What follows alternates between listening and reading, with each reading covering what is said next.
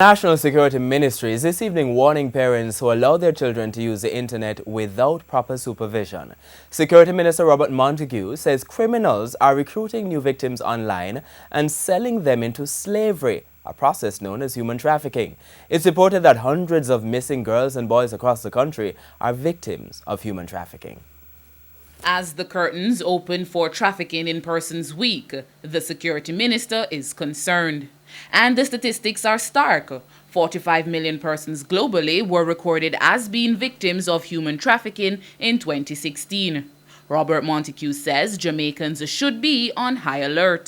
The U.S. Department of State Trafficking in Persons report noted that Jamaica is a source and destination country for adults and children subjected to sex trafficking and forced labor.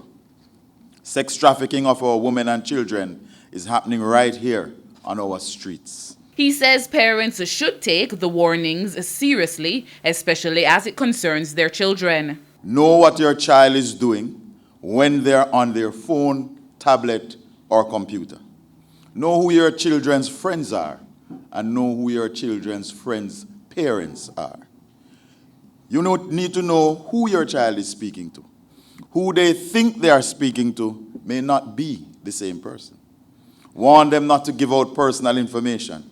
Warn them not to give out their location. Meanwhile, Justice Minister Delroy Chuck says the government has been making strides in tackling human trafficking. We continue to strengthen the judicial system, to reduce turnaround time to dispose of cases, and to improve the way victims interface with the court system.